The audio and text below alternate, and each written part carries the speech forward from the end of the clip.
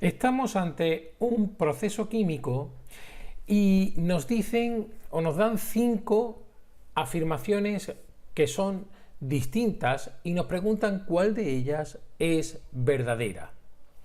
En la ecuación que nos dan, lo que tenemos que hacer es, a la vista de cuáles son las opciones que nos dan, que nos hacen mucho hincapié en el agente oxidante, el agente reductor y procesos de oxidación y reducción, lo que vamos a hacer es analizar si hay un proceso redox o no, y lo vamos a hacer en función de los números de oxidación de las especies que intervienen en el proceso. Así que el primer paso será escribir la ecuación que nos dan y escribir sobre ella los estados de oxidación de cada uno de los átomos que intervienen en el proceso.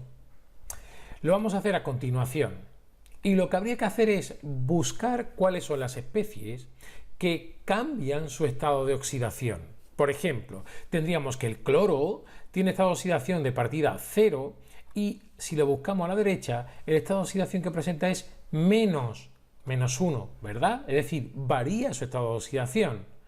En el caso, por ejemplo, del hidrógeno tendríamos más a la izquierda y más a la derecha. No varía su estado de oxidación. Con el oxígeno pasa algo parecido. 2 menos a la izquierda, 2 menos a la derecha.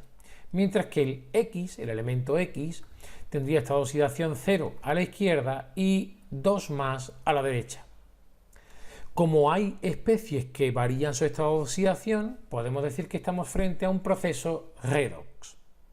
Pero si nos paramos a mirar, veremos que ni el hidrógeno ni el oxígeno varían su estado de oxidación. ¿Qué quiere decir esto? Pues que el agua, como reactivo, no interviene en el proceso redox. Y hay 2 de las 5 opciones que nos daba el enunciado que hacen referencia al agua. Por lo tanto, esas 2 opciones podemos eliminarlas, no van a ser correctas. Por ejemplo, decía X es oxidado directamente por el agua. No es cierto. ¿Por qué? Pues porque el agua no cambia, o al menos los estados de oxidación del agua, de los átomos del agua, no cambian en el proceso. Por lo tanto, esa opción la podemos eliminar. También dice, el agua es el verdadero agente oxidante. Como no varía su estado de oxidación, también se puede eliminar. Así que nos quedaríamos solo con 3 de las opciones. Vamos a seguir avanzando para ver cuál de esas opciones es la correcta. ¿Y cómo lo vamos a hacer? Bien, pues una vez que hemos detectado que tanto el cloro como el elemento X son los que cambian su estado de oxidación, vamos a escribir cuáles son los cambios que se producen. Por ejemplo, hemos dicho X pasa del estado de oxidación 0 al estado de oxidación 2+.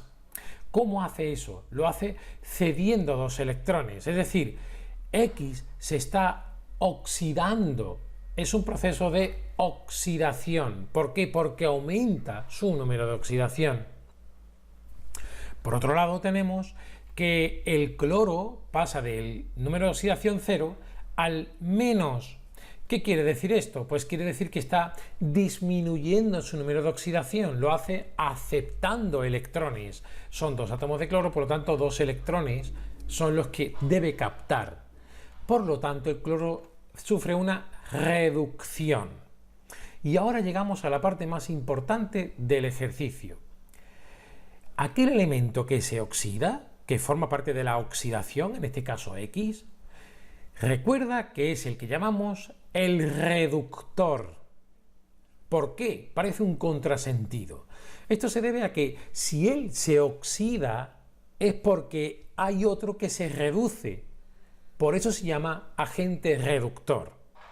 En el caso del cloro, que está sufriendo una reducción, lo que ocurriría sería justo lo contrario. Como él se reduce, decimos que es el oxidante, porque provoca que el otro se oxide. Es decir, el cloro se reduce, por lo tanto, el que se oxida es el X, como veíamos aquí, ¿verdad?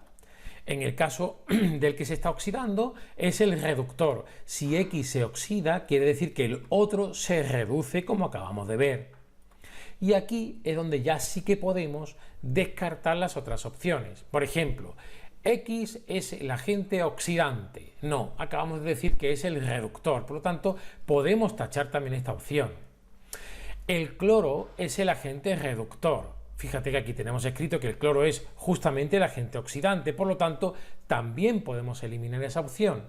Y ya sí, nos queda una única opción viable, que es la que es correcta de todas las que nos daban, y es que el cloro es el verdadero agente oxidante. Con esto queda acabada la cuestión que nos planteaban. Si te ha gustado, por favor, dale al like y además también nos vendría muy bien que te suscribieses al canal. Muchas gracias por tu atención.